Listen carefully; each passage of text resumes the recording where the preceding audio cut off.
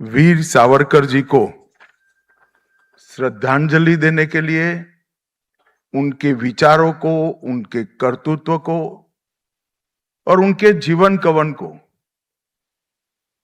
एक प्रकार से पूरे देश तक पहुंचाने के लिए सभागार में उपस्थित सभी भाइयों बहनों को मेरा प्रणाम, राम राम।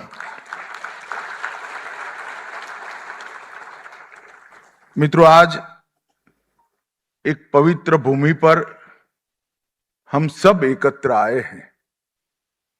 आजादी के पहले जिसको यहां लाया जाता था, अपने आप कोई नहीं आता था। जिसको यहां लाया जाता था, परिवार उसको भुला देता था। काला पानी की सजा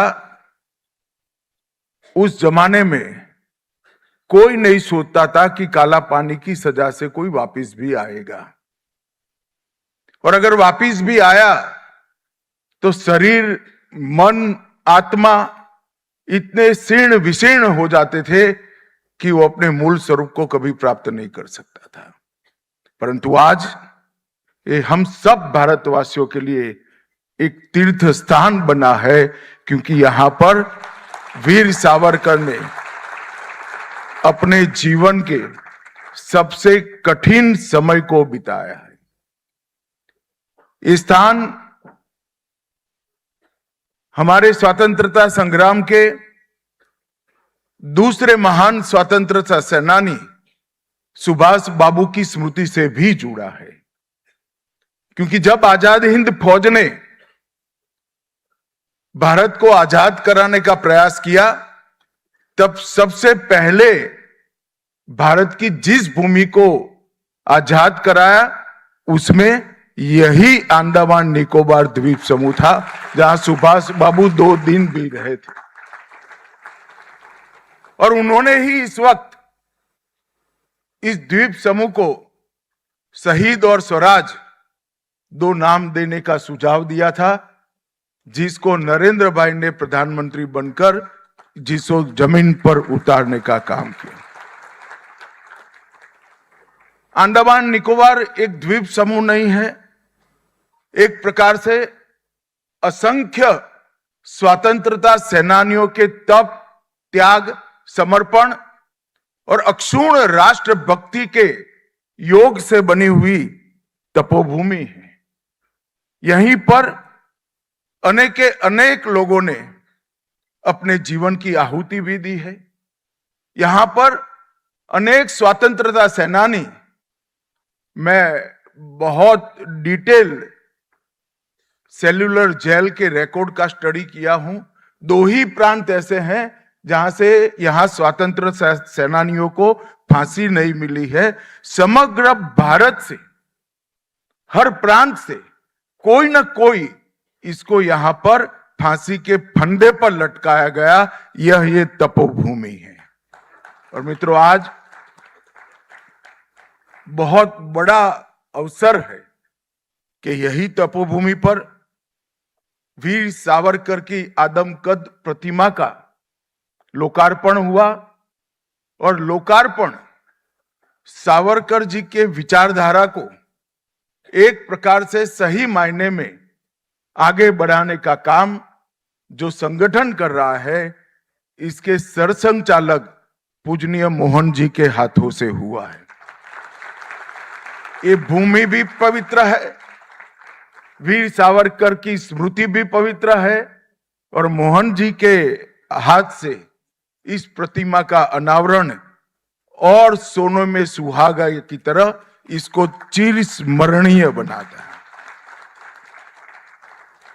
मित्रों, आज जो प्रतिमा लगी है वो सालों तक वीर सावरकर जी के बलिदान, संकल्प और भारत माता के प्रति अखंड समर्पण का एक प्रकार से प्रतीक रहने वाली है। ये प्रतिमा कई दशकों तक आने वाली पीढ़ियों को सावरकर जी के जीवन से प्रेरणा लेने का संदेश देगी। ये वीर सावरकर ने करे हुए आह्वान को हमारे युवाओं को आत्मसात करने के लिए एक बहुत बड़ा स्थान बनने वाला है। वीर सावरकर का साहस का संदेश, मातृभूमि के प्रति कर्तव्य परायणता का संदेश, दृढ़ता का उनका गुण और राष्ट्रीय एकात्मता और सुरक्षा और समृद्ध राष्ट्र की कल्पना को युवाओं को सौंपने का एक बहुत बड़ा स्थान बनेगा। सावरकर जी का एक वाक्य मेरे जैसे कई सावरकर जी के अनुयायियों के लिए बहुत महत्वपूर्ण है। वीरता ये भय का अभाव नहीं है, वीरता भय ऊपर प्राप्त की हुई विजय है। जो भय को नहीं जानते हैं वो हमेशा से वीर होते हैं, परंतु सच्चे वीर ये होते हैं जो भय को जानते हैं और परास्त करने का साहस रखते हैं, वो ही वीर। और सावरकर जी इस वाक्य को जिए हैं। जब उन्होंने इस देश को आजाद कराने का प्रण लिया, पंडित जी ने कहा तभी मुझे मालूम पड़ा कि 11 साल की आयु में शिव स्तुति की रचना उन्होंने की थी। मुझे मालूम नहीं था, और वो भी तिलक महाराज के सामने की थी। ये गुण उनके बाल सहज मस्तिष्क में से उभरा हुआ गुण था, परंतु जब वो बड़े हुए, इंग्लैंड गए, तब उनको मालूम था कि किस प्रचंड शक्ति के खिलाफ वो भारत माता को आजाद कराने का प्रण लेकर निकले हैं। इसका भय नहीं है, भय नहीं होगा ऐसा कोई न माने, परंतु मातृभूमि के प्रति उत्कंठ समर्पण का भाव ये भय के ऊपर विजय प्राप्त कर गया और वीर सावरकर बने। मित्रों, यहां पर आज एक कॉफी टेबल बुक का भी विमोचन हुआ है। मैंने ध्यान से देखा है नहीं है, मगर उसका जो कवर पेज है उसको देखा है। सावरकर जी के सभी गुणों को इसके अंदर समाहित करने का प्रयास किया है। सावरकर के विचारों को आगे बढ़ाने वाले कई महानुभावों का आज यहां पर सम्मान भी हुआ है। पंडित हृदयनाथ मंगेशकर जी शायद इस सभागार में एक ही व्यक्ति है जिन्होंने सावरकर जी को सदैव देखा है, ऐसे पंडित जी का सम्मान हुआ। डॉक्टर विक्रम संपत जी, जिन्होंने बहुत तरीके से सावरकर जी के जीवनी को पुस्तक में संजोने का काम किया है। रणदीप हुड्डा, मैं जब सुना कि रणदीप जी वीर सावरकर की भूमिका एक फिल्म में अदाकार के रूप में अदा करने वाले हैं, तब मुझे लगा कि रणदीप जी ने गलत जगह पे हाथ डाल दिया है। सावरकर जी के चेहरे पर जो दृढ़ता, जो आत्मविश्वास, जो देशभक्ति और देश के प्रति समर्पण का जो भाव था, वो कोई कलाकार नहीं ला पाएगा। मगर रणदीप जी आप सफल हुए हैं बहुत अच्छे तरीके से। आपने सावरकर जी के जीवन चरित्र को आज की युवा पीढ़ी के सामने रखने का काम किया है। सागर को कोई बांध नहीं सकता।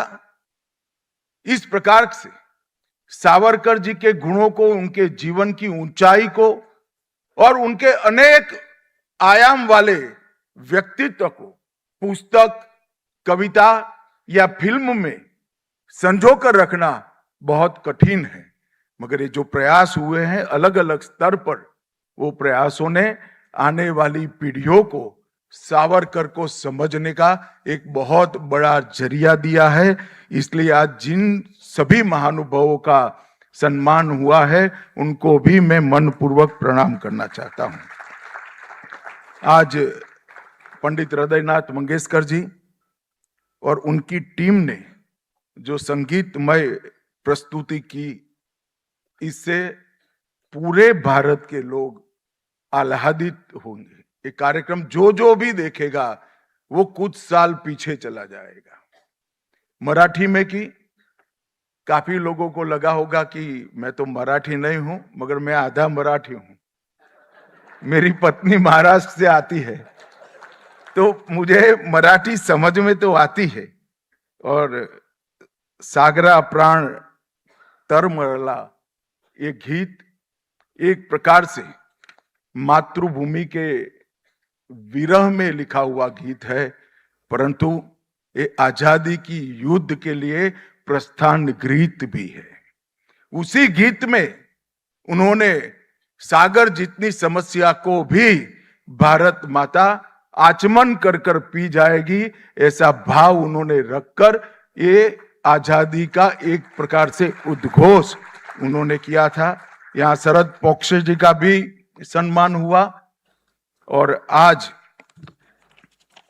सावरकर जी के सम्मान में 116 साल पहले रचे हुए अमर गीत को सागर तुम मेरी मातृभूमि की ओर ले चलो, प्राण अब कुंठित होते हैं।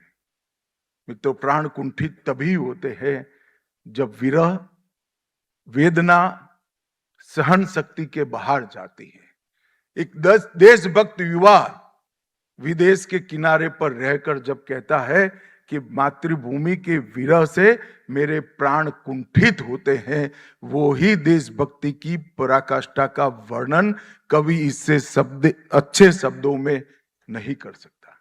ये गीत की रचना इंग्लैंड के ब्राइटन सागर किनारे पर की गई, और इसके एक एक पंक्ति में, एक एक शब्द में मातृभूमि के प्रति अमर प्रेम झलकता है, और यही इस गीत को अमर बनाता है। वो ये भी कहते हैं कि मुझे वहां ले चलो जहां मेरी जड़ें हैं, जहां का हर कण मेरे अस्तित्व को पहचानता है। व्यक्ति का अस्तित्व सिर्फ सरस शरीर से नहीं बनता है। व्यक्ति का अस्तित्व जिस विचारधारा का वो अनुसरण करता है, वो विचारों से भी होता है। व्यक्ति का अस्तित्व आत्मा जिसको श्रेष्ठ मानती है, वो संस्कृति से भी होता है, और व्यक्ति का अस्तित्व उसके कर्म से भी होता है। और वीर सावरकर के ये तीनों गुणों को अगर कोई पहचान पाता है तो भारत ही पहचान सकता है।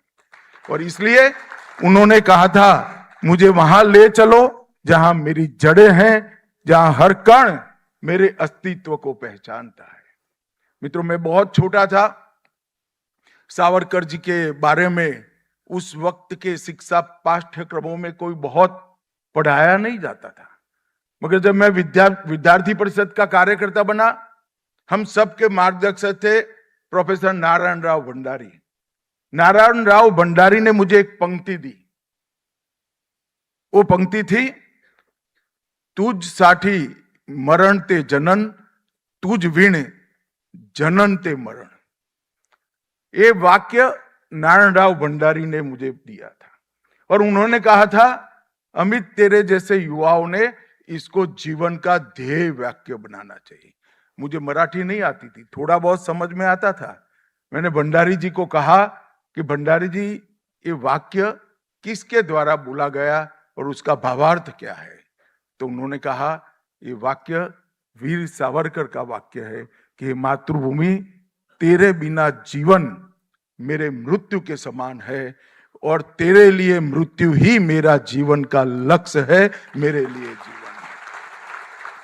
और मित्रों, ये वाक्य ने अनेक युवाओं को जीने की प्रेरणा दी होगी, मरने की प्रेरणा दी होगी। मैं आज इस मंच के माध्यम से देश के युवाओं को भी कहना चाहता हूं, एक समय था जब देश के लिए मरने की जरूरत थी, देश के लिए शहीद होने की जरूरत थी। आज देश के लिए मरने की जरूरत नहीं है, परंतु देश के लिए जीने की जरूरत तो आज भी है। तभी जाकर सावरकर की कल्पना का भारत हम बना सकते हैं। हमारे युवा अगर सावरकर जी की कल्पना का भारत बनाना चाहते हैं, तो जिस क्षेत्र में आप काम करते हैं, वो क्षेत्र के अंदर सावरकर जी की प्रेरणा के अनुरूप जीवन जीकर जीवन का लक्ष्य सुरक्षित और सबसे समृद्ध भारत माता की रचना करना, भारत की रचना करना, ये हमारा होना चाहिए। मित्रों, सावरकर जी के जीवन को जब ध्यान से देखते हैं तो ऐसा व्यक्ति आने वाली सदियों तक शायद फिर से इस पृथ्वी पर नहीं आएगा। इतना महान व्यक्तित्व।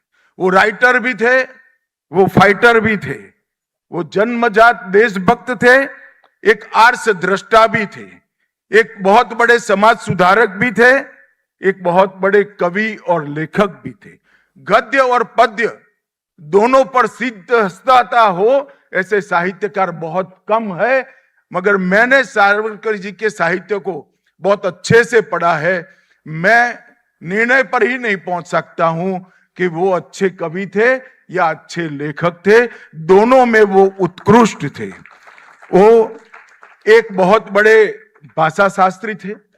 पंडित जी ने कहा ऐसे अनेक शब्द उन्होंने अपने आप बनाकर हमारी भाषाओं को पूर्ण करने का काम किया है।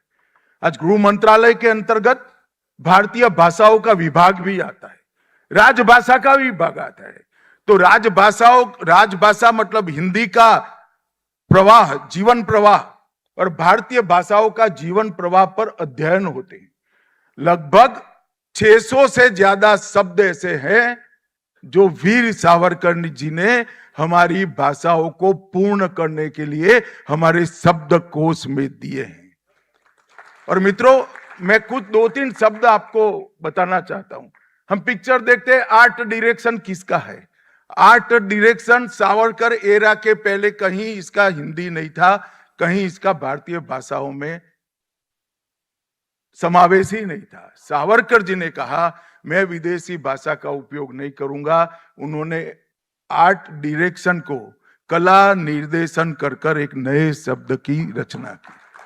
डायरेक्टर की जगह निर्देशक, ऐसे कई ऐसे शब्द हैं जो सावरकर जी की पेन से निकले। या तो उन्होंने शोधे या सृजन किया, परंतु उसको सामान्य बोलचाल में लाने का काम किया। मित्रों, एक हिंदुत्व के प्रति दृढ़ श्रद्धा रखने वाला एक जीवन था, जो आधुनिक भी था और परंपराओं को भी साथ में लेकर इसका वहन करने वाला भी था। वीर सावरकर जी ने अस्पृश्यता को निवारण के लिए जो योगदान दिया है, इस देश ने इसके लिए कभी सावरकर जी का सम्मान नहीं किया। सावरकर जी ने हिंदू समाज की सारी कुरीतियों के खिलाफ उस वक्त संघर्ष करने का काम किया और उसको समाज का विरोध झेलते हुए भी आगे बढ़े। एक क्रूस क्राय शरीर के अंदर कितनी प्रचंड दैदीप्यमान आत्मा बसती थी, कितना दृढ़ निश्चयी और देशभक्त व्यक्ति इसके अंदर जीवन जीता था। उसका अंतिम शिखर तब आया जब वो बीमार हो गए थे। बीमार होने के बाद आज के जमाने में हम लोग देखते हैं, हम सब करते हैं, अपने परिजनों को बचाने के लिए वेंटिलेटर रखते हैं, नाना प्रकार के प्रयास करते हैं। उन्होंने कहा कि एक क्रूस का शरीर अब भारत माता के कोई काम का नहीं है। मैं हिंदू हूं, मैं पुनः जन्म लूंगा, अब मुझे जीने की जरूरत नहीं है। और अपने आप का आत्म बलिदान करने का काम वीर सावरकर ने किया। मित्रों, बहुत बड़ी बात, पुनर्जन्म के सिद्धांत पर जिसको हम सब सच मानते हैं, मगर कई जगह इसको मान्यता नहीं है, इसके प्रति इतना दृढ़ विश्वास और वो मृत्यु का कारण बने, वो सावरकर जैसा महान व्यक्ति ही कर सकता है। एक जीवन में 2 जन्मठिप जिसको दे दी, वो व्यक्ति कितना भयजनक अंग्रेजों को लगता होगा, वो ही इनके प्रचंड सामर्थ्य का परिचायक है। आजादी के आंदोलन में अंग्रेज आए तब से गए तब तक किसी को फांसी तो दी, मगर एक जीवन में 2 जन्मठिप किसी को नहीं दी, और वीर सावरकर को ही वो सम्मान प्राप्त हुआ।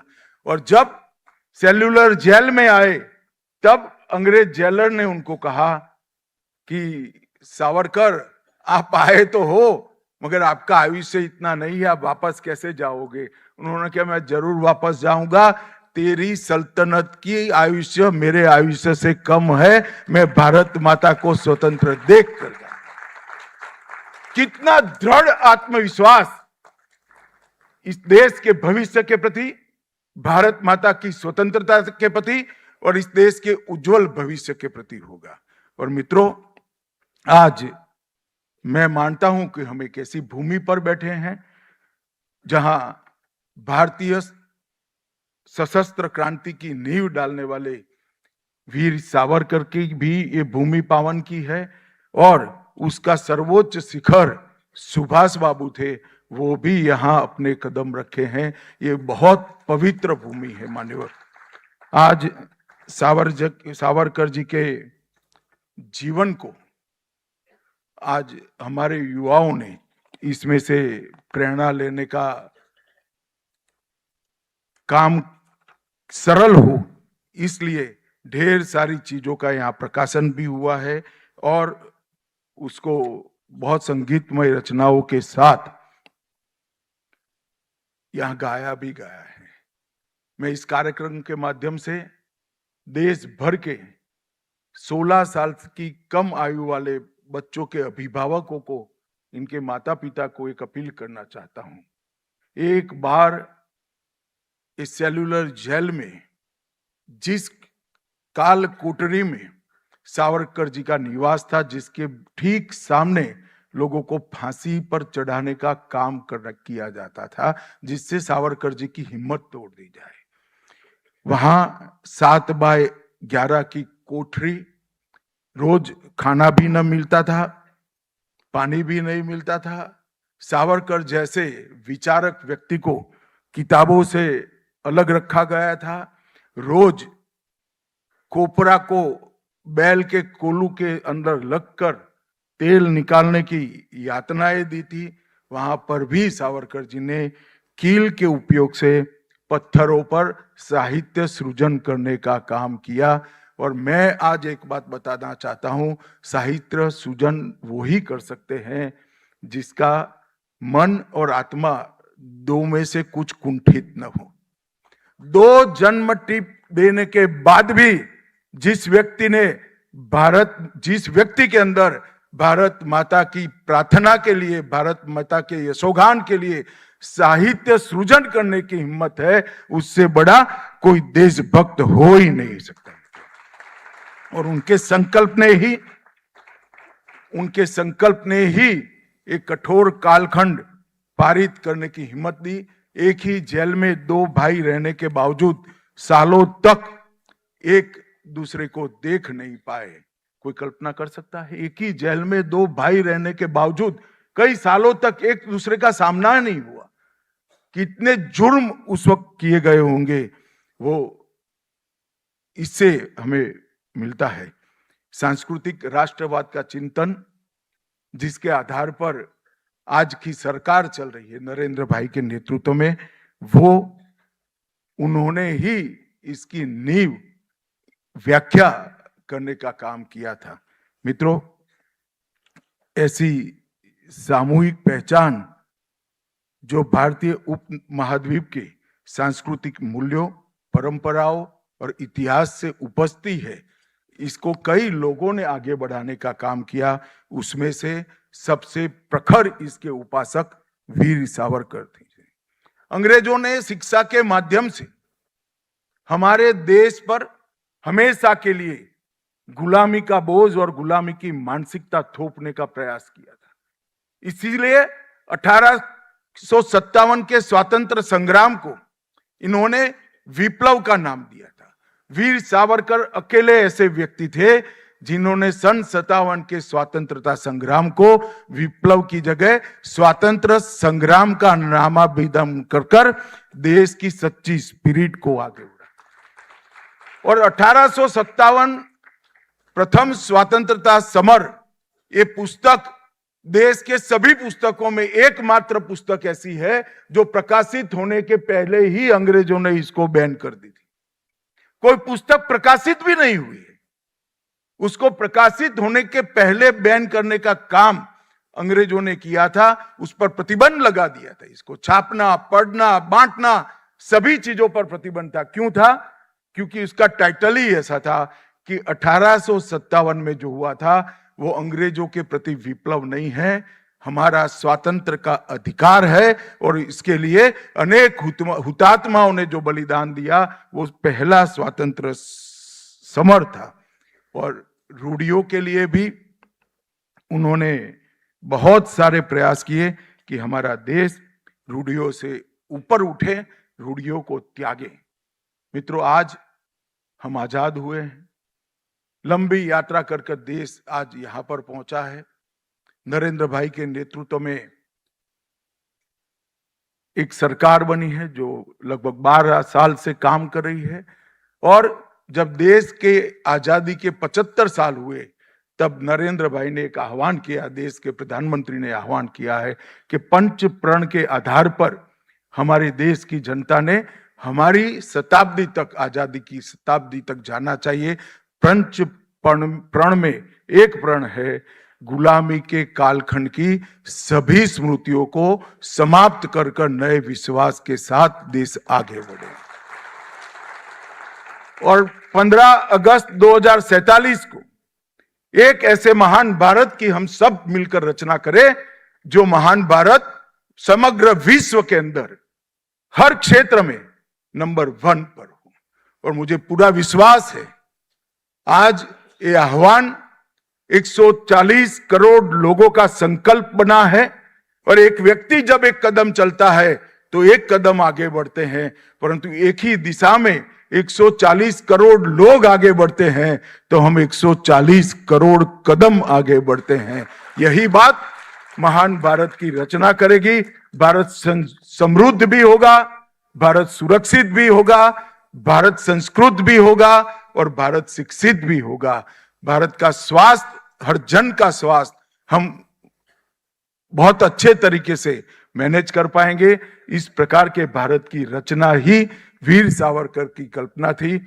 मैं आज यहां से एक जन्मजात देशभक्त, एक मूर्धन्य साहित्यकार और दृढ़ता के धनी, वीरता के धनी सावरकर जी को मन पूर्वक प्रणाम कर श्रद्धांजलि देना चाहता हूं।